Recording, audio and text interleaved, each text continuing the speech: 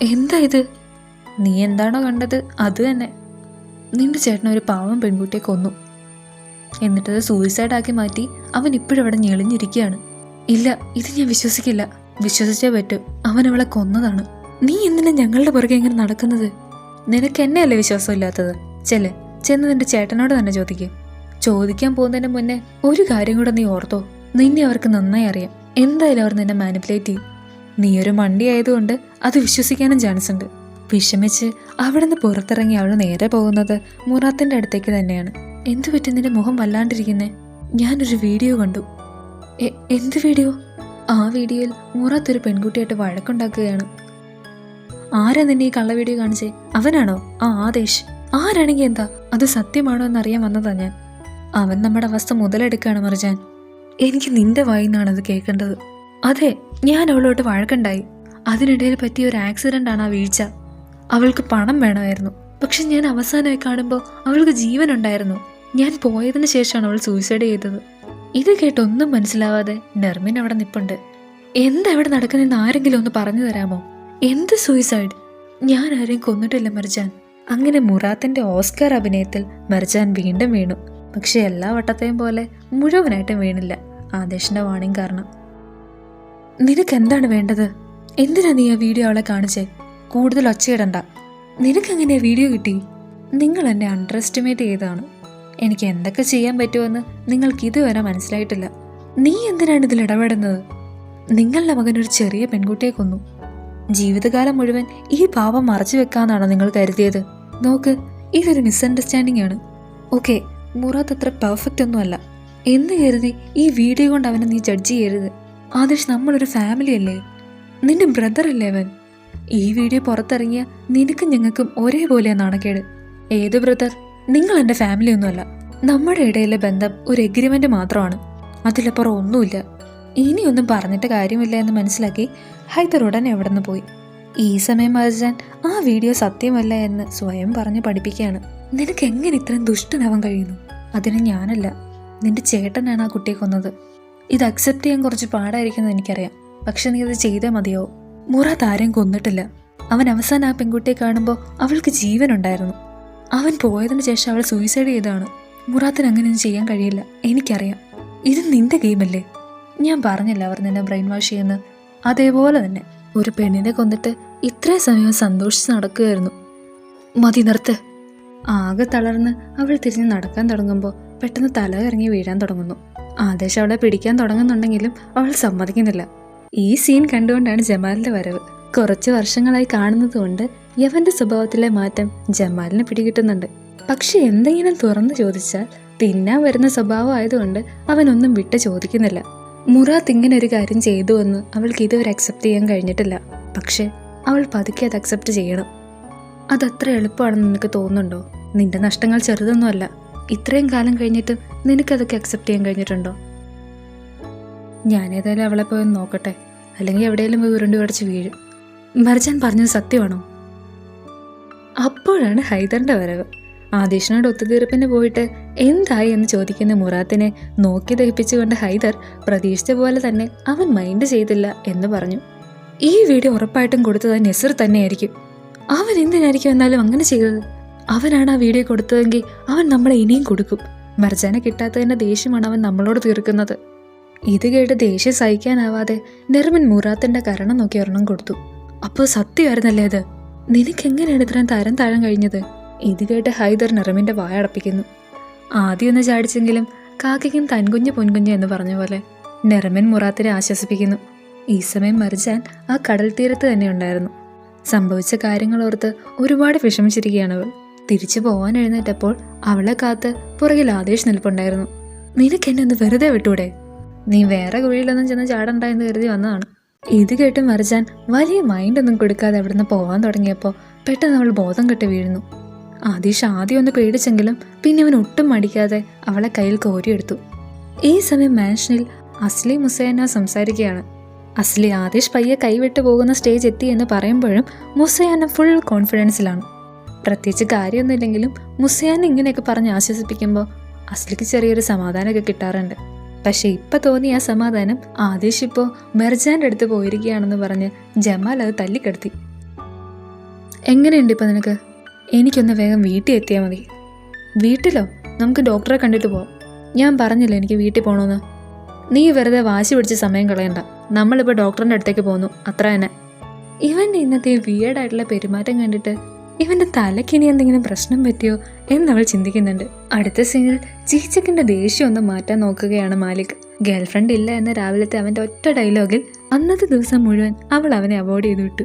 ഈ സമയം മർജാനെ അന്വേഷിച്ച് വന്ന ഡെമറ്റ് മാൻഷനിലേക്ക് കയറാൻ തുടങ്ങിയപ്പോഴാണ് ആദിഷിന്റെ കാർ അതിലേ വന്നത്. മർജാൻ ഇറങ്ങി പതിയെ നടക്കാൻ തുടങ്ങിയപ്പോൾ ആദിഷ് ഒരു അക്ഷരം പോലും മിണ്ടാതെ അവളെ പൊക്കിയെടുത്തു. നിലത്തിറക്കി വിടാൻ അവൾ പറഞ്ഞെങ്കിലും അവൻ അതൊന്നും കേട്ടില്ല. ഈ കാഴ്ച കണ്ട് താൻ സ്വപ്നത്തിലാണോ എന്ന് ഡൗട്ട് അടിച്ചിരിക്കുന്ന ഡെമറ്റ് ഇപ്പുറത്തുണ്ട് കേട്ടോ. നീ ആ ഫൂട്ടേജ് കൊടുത്തില്ലെങ്കിൽ പിന്നെ അവനത് എങ്ങനെ കിട്ടി? എനിക്കെങ്ങനെ അറിയാതെ? അവൻ ആ ഫൂട്ടേജ് കൊടുക്കാൻ ഞാനത്ര പൊട്ടനൊന്നുമല്ല. പിന്നെ എങ്ങനെയാണ് വൃത്തികെട്ടവൻ ആ വീഡിയോ അവൻ്റെ കയ്യിൽ ചെന്നത്? മുറാത്തിന്റെ ഈ ചോദ്യം കേട്ട് ഒന്നുകൂടെ ഒന്ന് സൂക്ഷ്മമായി ആലോചിച്ചപ്പോഴാണ് അവൻ ആ റെസ്റ്റോറൻറ്റിലെ ചുറ്റിക്കളി ഓർത്തത്. ആദിഷിനെ പ്രാഗിക്കൊന്ന് അവൻ ആ കാര്യം ഹൈദറിനോട് പറഞ്ഞു. അടുത്ത സീനിൽ ആദിഷിന് ജമാൽ മുറാത്തും ആ മരിച്ച പെൺകുട്ടിയെ നിൽക്കുന്ന ഒരു ഫോട്ടോ കൊടുക്കുന്നു. ഇത് കണ്ട അസ്ലി ആ വീഡിയോ പോലീസിന് കൊടുക്കാൻ എന്തിനാ വെയിറ്റ് ചെയ്തത് എന്ന് ചോദിക്കുമ്പോൾ പ്ലാൻ ചേഞ്ച് ചെയ്തു എന്ന് മാത്രം ആദിഷ് പറയുന്നു. ഇത് അമ്മയ്ക്കും മോക്കും അത്ര ഇഷ്ടപ്പെടുന്നില്ല. എന്തു പറ്റി പെട്ടെന്നൊരു തലകറക്കം? കുഴപ്പമൊന്നുമില്ല ചാ, ഡോക്ടറിനെ കണ്ടിരുന്നു. നീ എന്താ പിന്നെ ഞങ്ങളെ ആരെയും വിളിക്കാഞ്ഞത്? അതിൻ്റെ ആവശ്യമുണ്ടെന്ന് എനിക്ക് തോന്നിയില്ല. പിന്നെ അവൻ എൻ്റെ കൂടെ ഉണ്ടായിരുന്നു. മർജാൻ ഇപ്പോഴും മുറാത്തിൻ്റെ കാര്യം ഓർത്ത് വിഷമിക്കുമ്പോൾ ഡെമറ്റ് അവളെ കൊണ്ട് പറ്റുന്ന പോലെയൊക്കെ മർജാനെ സമാധാനിപ്പിക്കാൻ നോക്കുന്നു. അപ്പോഴാണ് ആദേശ് മുറിയിലേക്ക് കയറി വരുന്നത്. ഇത് കണ്ട് വേഗം ഡെമറ്റ് സ്ഥലം വിട്ടു. ആദേശിനെന്ന് തുറച്ചു നോക്കിയിട്ട് അവൾ നേരെ തിരിഞ്ഞു കിടന്നു. അവൻ പിന്നെ ഇതിൽ കൂടുതലൊന്നും പ്രതീക്ഷിക്കുന്നുമില്ലാത്തതുകൊണ്ട് പിന്നെ കുഴപ്പമില്ല. മുസയാനത്തിന് പിന്നെ ഇനി അടുത്ത ഒരു വർഷത്തേക്ക് ഇവരെ ചൊറിയാനുള്ളത് കിട്ടിയ സന്തോഷത്തിൽ നെർമിൻ്റെ അടുത്ത് വന്ന് തൻ്റെ പണി തുടങ്ങുന്നു. അസ്ലി ഈ സമയം മർജാന്റെ റൂമിൽ കയറി അവൾ ഉറങ്ങുന്ന സമയം നോക്കി അവളെ ഉപദ്രവിക്കാനായിട്ട് പ്ലാനിട്ട് നിൽക്കുമ്പോഴാണ് ആദേശ് നേരെ കയറി വരുന്നത്. എന്താ അസ്ലി, നീ എന്താ ഇവിടെ ചെയ്യുന്നേ? ഞാൻ നിനക്ക് ബിസ്ക്കറ്റ് തരാൻ വന്നതാ. ശരി എന്നാ ഞാൻ പോവാ, ഗുഡ് നൈറ്റ്. ഇനി അവളെ എഴുന്നേറ്റാ എന്നെ കാണുമ്പോൾ വയലൻ്റ് ആവും. അസ്ലി പറഞ്ഞ എല്ലാ കാര്യങ്ങളും അവൻ വെള്ളം തൊടാതെ വിശ്വസിക്കുന്നുണ്ട്. അവൾ പോയി കഴിഞ്ഞ് ആദേശ് ജമാൽ കൊടുത്ത ആ ഫോട്ടോ അവൾ കാണുന്ന പോലെ മേശയിൽ വെച്ചിട്ട് തിരിഞ്ഞു നടക്കുമ്പോൾ അവൾ ഉറക്കത്തിൽ ഞെരങ്ങുന്നത് അവൻ കേട്ടു. ഇന്ന് ഫുൾ അവൾ കിളി പോയിരിക്കുകയായിരുന്നതുകൊണ്ട് അവൻ അവളുടെ അടുത്ത് വന്ന് തൊട്ടു നോക്കുമ്പോൾ അവൾക്ക് നല്ല പനിയുണ്ടായിരുന്നു. പിന്നെ അവൻ ഒട്ടും വൈകാതെ ഒരു തുണി നനച്ച് അവളുടെ മുഖം മുഴുവൻ ഒപ്പിയെടുക്കുന്നു. നീ എന്താ ഇത്രയും പാവമായി പോയേ എന്ന് പറഞ്ഞ് അവൻ അവളെ നോക്കിയിരിക്കുമ്പോൾ പെട്ടെന്നാണ് അവൾ ഉറക്കമുണർന്നത്. ഇത് കണ്ട് പെട്ടെന്ന് അവൻ നോട്ടം വെട്ടിച്ച് പറഞ്ഞു, നിനക്ക് പനിയുണ്ടെന്ന് തോന്നുന്നു, നല്ല ചൂടുണ്ട്, എഴുന്നേക്കണ്ട, കിടന്നു. നീ എന്തേ ചെയ്യുന്നേ? താങ്ക് യു പറഞ്ഞ് ശീലമില്ല അല്ലേ? സാരമില്ല എന്ന് പറഞ്ഞവൻ അവൾക്ക് ടാബ്ലറ്റ്സ് എടുത്തു കൊടുത്തു. നിനക്കെന്താ എൻ്റെ കാര്യത്തിൽ ഇപ്പോൾ ഇത്രയും താല്പര്യം? നിന്റെ കളിപ്പാവ വേഗം സുഖമാകാൻ വേണ്ടിയാണോ? എൻ്റേതായിരിക്കുന്ന ഒന്നിനും ഞാൻ ദോഷം വരാൻ അനുവദിക്കില്ല. അതിന് ഞാൻ നിന്റെ പ്രോപ്പർട്ടി ഒന്നുമല്ല, ഇനി അങ്ങനെ ഒരിക്കലും ആകുകയില്ല. ഇത് കേട്ട് ഒന്നും പറയാതെ അവൻ അവിടെ നിന്ന് എഴുന്നേറ്റ് പോയി. അവിടെ നിന്ന് വെളിയിലിറങ്ങിയപ്പോൾ ദേ വരുന്ന നമ്മുടെ ഹീറോ നെസിർ. ഈ നെസിറിനെ കാണുമ്പോഴൊക്കെ ആദേശിൻ്റെ ബ്ലഡ് തിളയ്ക്കും. കാരണം എന്താണെന്ന് അവനും അറിഞ്ഞൂടാ. നിന്നെ ഇവിടെ കണ്ടേക്കരുതെന്ന് ഞാൻ പറഞ്ഞതല്ലേ, പിന്നെ എന്നെടുക്കുവാ നീ ഇവിടെ? എൻ്റെ കയ്യിൽ നിന്ന് ആ ഫൂട്ടേജ് മോഷ്ടിച്ചതല്ലേ നീ? നാണമില്ല നിനക്ക്? പിന്നെ ആ ഫൂട്ടേജ് കിട്ടിയ പാടെ പോലീസിന് കൊടുക്കാതെ ബ്ലാക്ക് മെയിൽ ചെയ്തുകൊണ്ടിരുന്ന നീയാണോ എന്നെ മൊറാലിറ്റി പഠിപ്പിക്കുന്നത്? നീ ആ വീഡിയോ ഡിലീറ്റ് ചെയ്യും. ഉവ്വ, നീ കൂടുതൽ സമാധാനിക്കണ്ട. വൈകാതെ തന്നെ ഇവർക്ക് മുന്നേ ഞാൻ നിന്നെ എക്സ്പോസ് ചെയ്യും. നിന്റെ ഫോണിലെ ഒരു വീഡിയോ ഫോട്ടേജ് പോലും സൂക്ഷിക്കാൻ പറ്റാതെ നീയാണോ എന്നെ എക്സ്പോസ് ചെയ്യാൻ വരുന്നത്? ഒന്ന് പോയാടെ ചിരിപ്പിക്കാതെ. ഈ സമയം മറിച്ചാൻ കുറച്ചു മുന്നേ ആദിഷ് അവിടെ വെച്ചിട്ട് പോയ ഫോട്ടോസ് എടുത്ത് നോക്കുന്നു. ഇതുകൊണ്ട് എന്താണ് നീ സ്ഥാപിച്ചെടുക്കാൻ ശ്രമിക്കുന്നത്? ഇത് എൻ്റെ പ്രോബ്ലം ആണെന്നാണ് നീ പറയുന്നത്? കുറച്ചുകൂടെ ഉയർന്ന് ചിന്തിച്ചുകൂടെ നിനക്ക്? ഞാൻ നീതിയുടെ ഭാഗത്താണ്. ഇത് കേട്ട് ഒന്നും തിരിച്ചു പറയാനില്ല നിൽക്കുമ്പോൾ പെട്ടെന്ന് അവൾ വീണ്ടും തലകറങ്ങി വീഴാൻ തുടങ്ങുന്നു. അതെ, നിനക്കിപ്പോൾ സുഖമില്ല. പെട്ടെന്ന് അസുഖമൊക്കെ മാറ്റിയിട്ട് വാ, നമുക്ക് തല്ലുപിടിക്കാം. നിന്നെ ഇങ്ങനെ എപ്പോഴും ടേക്ക് കെയർ ചെയ്ത് നടക്കാൻ എനിക്ക് പറ്റില്ല.